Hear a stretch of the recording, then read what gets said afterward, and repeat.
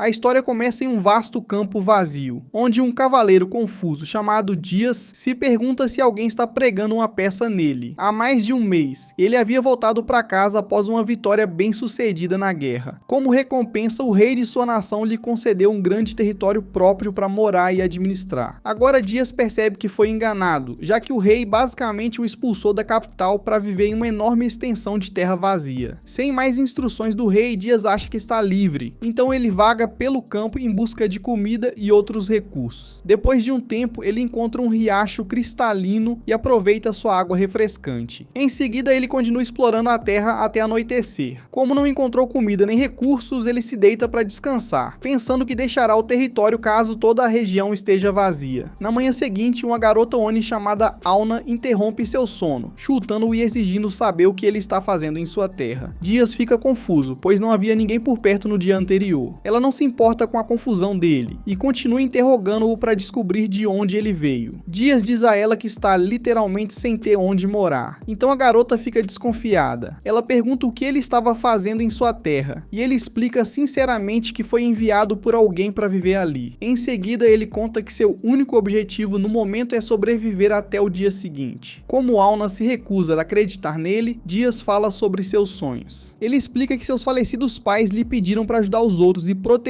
os fracos como último desejo, algo que ele assumiu como seu objetivo de vida. Embora Auna esperasse que Dias estivesse mentindo sobre seu objetivo nobre, o chifre dela começa a brilhar em azul, forçando-a a acreditar nele. Em contraste, Dias é um homem puro e não entende por que a garota estava suspeitando dele. Ela pergunta se ele é amigo ou inimigo, mas ele a lembra de que não é nenhuma dessas coisas, já que os dois acabaram de se conhecer. Por algum motivo, as palavras sensatas de Dias só a deixam ainda mais irritada. Ele se pergunta por que ela está tão frustrada. Então ele se lembra de que ela vive em seu território, portanto é uma de suas próprias súditas. Pensando que a garota está testando sua sinceridade em relação aos seus súditos, ele declara seriamente que é seu aliado leal para confortá-la. Ele promete proteger a garota de seus inimigos, não importa quem sejam, fazendo o chifre dela brilhar intensamente. Até a própria garota se surpreende com a intensidade da sinceridade de Dias, e de repente ela o arrasta para algum lugar. Logo eles entram em uma aldeia de Onis. Dias se pergunta por que não conseguiu encontrar a aldeia antes, mas não tem tempo para reagir, pois a garota o arrasta até a casa da chefe. Lá dentro a líder fica surpresa por Auna ter trazido um estranho, já que ela normalmente é muito cuidadosa perto de desconhecidos. Auna conta a ela que seu chifre nunca ficou vermelho, e em vez disso brilhou em um azul intenso quando ele se declarou seu aliado. Ao ouvir isso, a chefe pergunta a Dias se ele também se tornará aliado dela. Ele aceita, dizendo que é aliado de todos que vivem na aldeia. No entanto, quando Dias começa a explicar que foi enviado pelo rei, Auna se levanta furiosa e aponta uma flecha para ele. A chefe a impede, pois elas ainda não ouviram a história completa de Dias, mas também encara ele com raiva e exige uma explicação completa. Ele permanece calmo diante da ameaça e explica que seus pais sempre lhe disseram para ajudar os outros e proteger os fracos. Como eles morreram cedo, Dias ficou órfão. Ele reuniu os outros órfãos da cidade para viverem juntos, e eles sobreviviam fazendo pequenos trabalhos e caçando monstros fracos. À medida que Dias cresceu, uma guerra começou contra a nação vizinha, então ele levou suas habilidades de combate para o campo de batalha. Lá ele demonstrou um talento natural incrível para lutar, então subiu rapidamente de posição. Depois de 20 anos de uma guerra amarga, Dias retornou vitorioso, e o rei lhe concedeu esse território vazio como recompensa. A chefe assente, acreditando que ele é sincero sobre governar seu território. Então ela pergunta se ele ainda seria seu aliado caso ela e seu povo não fossem súditos de seu reino. Dias sorri, dizendo que ainda a protegeria como vizinha. Com suas palavras, o chifre da chefe também brilha em azul. Então Auna abaixa o arco. Dias se pergunta por que ela fez uma pergunta tão estranha, e então percebe algo. A chefe concorda, admitindo que ela e seu povo não são seus súditos. Na verdade, a tribo dela é inimiga do reino dele. Apesar das circunstâncias, a chefe acredita que Dias pode ser seu aliado, já que sua aura é tão azul. Antes que ele decida fazer qualquer coisa, ela pede que ele a escute. Depois de se apresentar como Mol, ela explica que seu povo foi expulso dos campos há mais de 50 anos. Desde então, eles estão em guerra com o reino dele, tentando recuperar suas terras. Dias se pergunta como eles conseguem viver sem serem detectados dentro do território do reino. Então ela explica que sua espécie pode usar a magia armazenada em seus chifres. Para demonstrar, ela fica invisível com um feitiço, deixando-o atônito. Em seguida, ela também revela que seu povo consegue esconder facilmente toda a aldeia usando a mesma mesma magia. Dias finalmente entende por que não conseguiu detectar a aldeia antes, mas se pergunta por que Mol está revelando informações tão sensíveis para ele. A chefe sorri dizendo que não teria confiado nele se seu chifre não tivesse brilhado em azul. Acontece que os Onis conseguem detectar as intenções de outras espécies através de seus chifres. Se uma pessoa não tiver más intenções contra eles, seus chifres permanecem sem cor. No entanto, se alguém tiver intenções maliciosas, os chifres ficariam vermelhos para avisá-los. Às vezes, uma pessoa pode fazer com que eles emitam um brilho azul, o que significa que ela é amigável com o povo Oni. Mesmo assim, se a pessoa de boas intenções começar a ter intenções malignas, o chifre imediatamente manchará o azul com o vermelho. Como Dias nunca fez os chifres deles mostrarem o menor tom de vermelho, ela acredita que ele é uma pessoa completamente confiável. Na verdade, ela acha que ele é um tolo ingênuo, porque ainda está tentando honrar os desejos de seus pais mortos. Embora Dias esteja confuso, Mol se oferece para ajudá-lo a governar seu território, prometendo lhe dar uma casa, comida e alguns animais de criação para começar sua vida. Em troca, ela espera que ele consiga manter sua aldeia em segredo do rei. Dias aceita a oferta dela e promete proteger seu povo desde que eles não ameacem seu reino. Mol fica satisfeita com a atitude dele, então ordena que Alna vá com ele e lhe mostre como funciona a aldeia. Alna concorda no início, mas fica chocada ao perceber quais eram suas ordens. Mol a lembra de que foi ela quem trouxe Dias para lá em primeiro lugar, então é responsabilidade dela cuidar dele. Mesmo frustrada, Alna concorda. Depois disso, ela sai com Dias e chama alguns aldeões para construírem uma casa para ele. Em apenas algumas horas, os moradores constroem uma casa de madeira de forma eficiente. Dias fica surpreso com a velocidade deles, então Alna explica que seu povo nem sempre consegue permanecer escondido, por isso eles constroem suas casas com estruturas leves, para que possam desmontá-las facilmente em caso de emergência. Assim que a casa fica pronta, Alna diz que a comida e os animais de criação serão enviados mais tarde. Ela se oferece para ajudá-lo com os animais depois, e Dias agradece. No entanto, ele fica um pouco preocupado com a quantidade de súditos em seu território, e pergunta se ela conhece alguma forma de aumentar a população. Alna não entende por que ele quer mais súditos, especialmente porque a comida é limitada naquela terra vazia. Ela pergunta como ele pretende cuidar de uma população crescente, e Dias percebe seu erro. Então ela lhe entrega uma sacola com um pó estranho, explicando que é uma isca especial capaz de atrair animais selvagens. Alna diz a Dias para levar o pó e espalhá-lo longe da aldeia, explicando que ele poderá ganhar mais dinheiro por cada animal que conseguir. Dias, com sua cabeça musculosa, sorri, feliz por receber um trabalho que exige músculos em vez de inteligência. Alguns minutos depois, após caminhar uma boa distância, ele decide que finalmente é hora de começar a caçar. No entanto, como Alna nunca disse quanto pó ele deveria usar, ele simplesmente espalha a sacola inteira como um idiota. Isso atrai uma manada inteira de gado selvagem, mas Dias só fica animado com o desafio. Ele ergue seu machado e recebe a manada, atravessando as feras como se não fossem nada. Depois de caçar metade do grupo, o restante dos animais foge, deixando Dias cercado pelos corpos de seus queridos parentes. Infelizmente, ele finalmente se lembra de que também precisa carregar aquelas feras pesadas de volta para casa, sem uma carroça para transportá-las. Ele deixa os outros animais para trás e leva apenas um. Enquanto Dias volta para casa, ele fica preocupado que Alna se irrite com ele, já que ela se irrita facilmente com suas atitudes. Para sua surpresa, ela fica feliz ao ver a fera gigante, já que carne é um recurso raro em sua aldeia. Ao notar sua expressão decepcionada, Alna pergunta o que aconteceu, então ele explica que teve de deixar mais de 3 dezenas de feras para trás. Ao ouvir o quão forte ele é, ela fica chocada e imediatamente reconsidera sua opinião sobre ele. Molo também aparece e elogia Dias por sua demonstração de masculinidade. Alna concorda e sai correndo para avisar os aldeões, para que possam trazer o restante das feras de volta. Dias se pergunta o que Molly quer dizer com masculinidade, então ela explica que é simplesmente a capacidade de um homem de trabalhar. Quanto mais um homem consegue trabalhar e ganhar, mais masculino ele é aos olhos das mulheres da tribo. Depois de ouvir isso, Dias entende por que Alna parecia tão satisfeita com ele, mas acha que aparência e personalidade também importam. Mol não concorda e diz que nem a aparência nem a personalidade colocam comida na mesa. Dias entende o ponto de vista dela. Ele percebe que para uma pequena tribo, comida e sobrevivência são as únicas coisas importantes, em comparação com as pessoas que vivem no reino. Então Mol diz que ele precisará trabalhar um pouco mais se quiser se casar com uma beleza como Alna. Ele fica envergonhado e age como se essa não fosse sua intenção, então ela começa a provocá-lo ainda mais. No dia seguinte, Dias acorda com o cheiro de um café da manhã recém-preparado em seu quarto. Ele encontra Alna cozinhando para ele, sorrindo de uma maneira completamente completamente submissa em comparação com antes. Depois de tomar café da manhã, ele elogia a comida dela, fazendo-a corar. Observando-o comer tão de perto, Auna não consegue suportar a tensão e muda o assunto para a caça novamente. Ela explica que sua tribo ainda precisa de um poço para ter água e de uma latrina para receber hóspedes, o que ajudará Dias a expandir seu território. No entanto, a aldeia não tem dinheiro suficiente para pagar o artesão, então Dias concorda em caçar para eles. Auna pede que ele casse alguns monstros, e ele pensa a respeito. Embora a carne de monstros seja tóxica e não possa ser comida, seus materiais raros são vendidos por preços incríveis. Dias concorda em caçar, perguntando-se se aquelas pradarias pacíficas sequer possuem monstros. Auna revela que consegue sentir monstros usando seu chifre mágico, mas Dias se recusa a colocá-la em perigo. No entanto, ela insiste em ir com ele, então ele concorda em levá-la. Mais tarde, enquanto Dias cuida de seu gado, alguns homens da aldeia levam comida e cobertores para ele. Sentindo o respeito deles, ele percebe que aquela aldeia realmente valoriza os homens capazes de protegê-los. Nesse momento, Auna sai de sua cabana depois de se preparar para a jornada. Dias percebe que ela passou maquiagem, enquanto os outros homens ficam com ciúmes dele. Enquanto isso, Auna sorri e diz que os outros homens cuidarão do gado enquanto eles estiverem caçando. Os dois partem e depois de chegarem a uma colina rochosa, Auna recita sua magia para procurar monstros. Uma estranha luz azul a envolve, revelando a localização de um monstro próximo. Dias concorda e manda Auna se esconder enquanto ele caça a criatura, mas ela recusa. Em vez disso, ela se oferece para ajudá-lo usando sua magia de ocultação, então ele concorda em deixá-la lutar. Pouco depois, eles encontram um monstro, que parece uma tartaruga gigante. Os olhos de Auna se arregalam de choque, pois ela sabe que aquilo é, na verdade, um dragão da terra. No entanto, Dias não compartilha do medo dela. Apesar dos avisos, ele salta para lutar e manda que ela fique para trás. Quando o dragão percebe sua presença, Dias pula em suas costas e golpeia sua carapaça dura. O impacto não deixa nenhum arranhão, e em vez disso quebra a ponta de seu machado. Dias tenta atacar os pontos fracos do dragão, mas ele se recolhe dentro da carapaça para se defender. Auna sugere que eles fujam enquanto ainda tem chance, pois um dragão da terra é capaz de exterminar sozinho um pelotão inteiro de homens. Dias se recusa a fugir, pois ainda tem mais cartas na manga. Ele decide golpear o mesmo ponto até quebrá-lo e começa a martelar as costas da tartaruga. Depois de algum tempo, batendo inutilmente com o machado, a lâmina começa a rachar. Auna fica preocupada com ele, mas Dias continua confiante em sua arma. Como seu machado é uma arma especial usada por um antigo shogun, ele possui a habilidade de reparar danos leves usando um feitiço de restauração. No entanto, Dias só consegue forçá-lo a se reparar rapidamente usando magia. Então ele conserta o machado diante dos olhos chocados de Auna. Em seguida, continua golpeando as costas do dragão sem parar. Com o tempo, o miasma tóxico emitido pelo dragão se concentra na área, e Auna começa a se sentir mal. Percebendo que ela está em perigo, Dias concorda em ir embora depois de desferir um último golpe. Para sua surpresa, o golpe final realmente atravessa a carapaça do dragão. Enfurecida, a criatura sai de dentro da carapaça e lança uma bola de fogo contra ele. Dias desvia da bola de fogo e corta as pernas fracas do dragão. Enquanto se prepara para atacar, ele percebe que o dragão avistou Auna. Sabendo que não é páreo para Dias, o monstro esperto decide atacá-la em vez disso. Enfurecido com a audácia da criatura, Dias salta para o céu e despenca com força sobre o dragão, atravessando sua coluna e matando-o. Auna imediatamente se emociona com sua demonstração de coragem e corre para seus braços. Antes que Dias consiga processar o abraço, ela declara de imediato que os dois vão se casar. Dias retorna à aldeia pouco tempo depois, e com a ajuda de vários moradores Oni, arrasta o enorme corpo do dragão terrestre pela aldeia. Os moradores anunciam com orgulho que Dias foi quem derrotou o dragão terrestre completamente sozinho, e todos ao redor começam a comemorar e elogiá-lo por uma conquista tão impressionante. Depois que o corpo do dragão finalmente é colocado no chão em segurança, Dias observa silenciosamente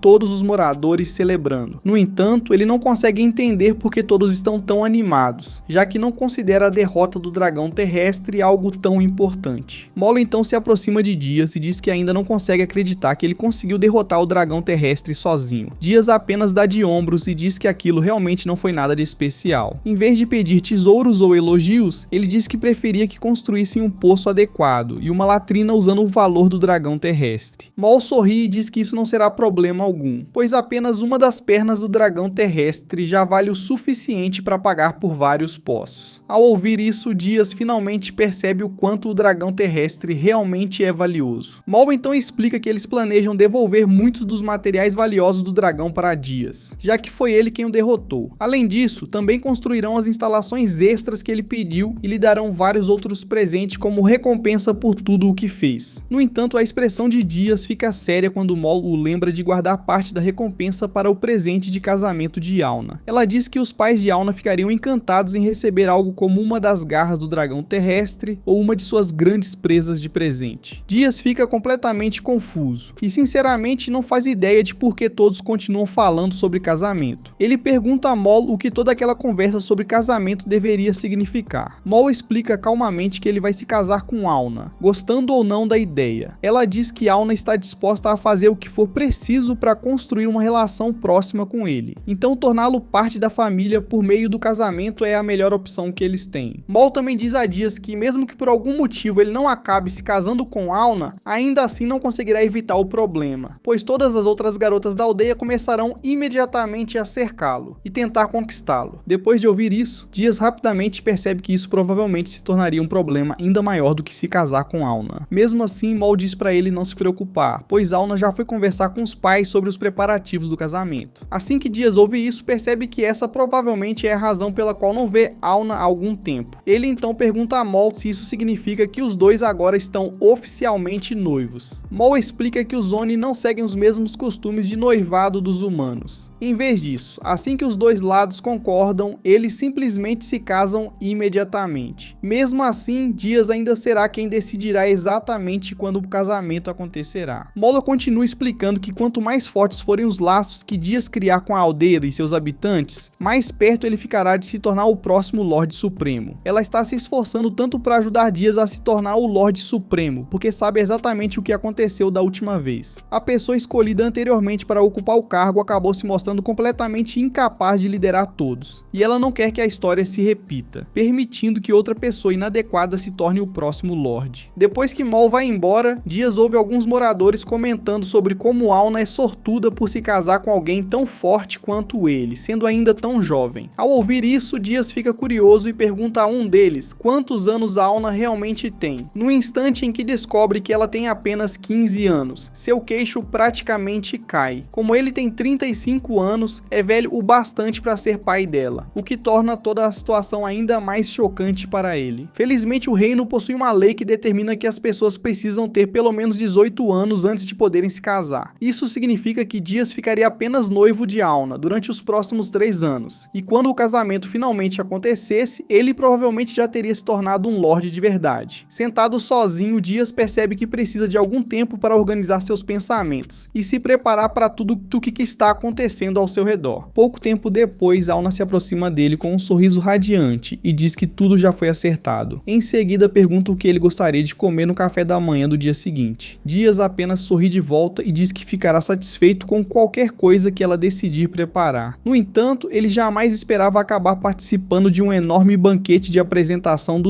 Oni, no qual todos o receberam oficialmente na aldeia e celebraram seu futuro com Yalna. Algum tempo depois do banquete, o novo poço e a latrina finalmente ficaram prontos, e a vida na aldeia gradualmente voltou à sua rotina normal. Naquela tarde, Dias termina de construir outra tenda, e pensa que precisa melhorar bastante na fabricação delas. Afinal, caso mais pessoas decidam se mudar para a aldeia, ele não quer que nenhum dos novos moradores durma diretamente no chão sem um abrigo adequado. Nesse momento, Yalna repentinamente se aproxima dele, e diz que está sentindo um monstro vindo do norte. Ela explica que não parece ser um monstro muito grande, mas que definitivamente está avançando diretamente em direção à aldeia. Dias diz calmamente que irá cuidar da criatura sozinho, acreditando que não demorará muito. No entanto, Yalna insiste que quer acompanhá-lo. Dias argumenta que seria perigoso demais para ela, mas depois que Yalna continua insistindo e se recusa a ficar para trás, ele finalmente cede e permite que ela vá junto. Pouco tempo depois, os dois chegam à origem da perturbação e descobrem que o monstro que está avançando em direção à aldeia é na verdade um ogro. Ao ver o tamanho do ogro, Dias e Yalna percebem que precisam terminar a luta o mais rápido possível. Os dois partem imediatamente para o combate, e Dias fica surpreso com a agilidade de Yalna e com a habilidade dela usando o arco. Ela se movimenta pelo campo de batalha com facilidade, enquanto acerta disparos precisos e, trabalhando juntos,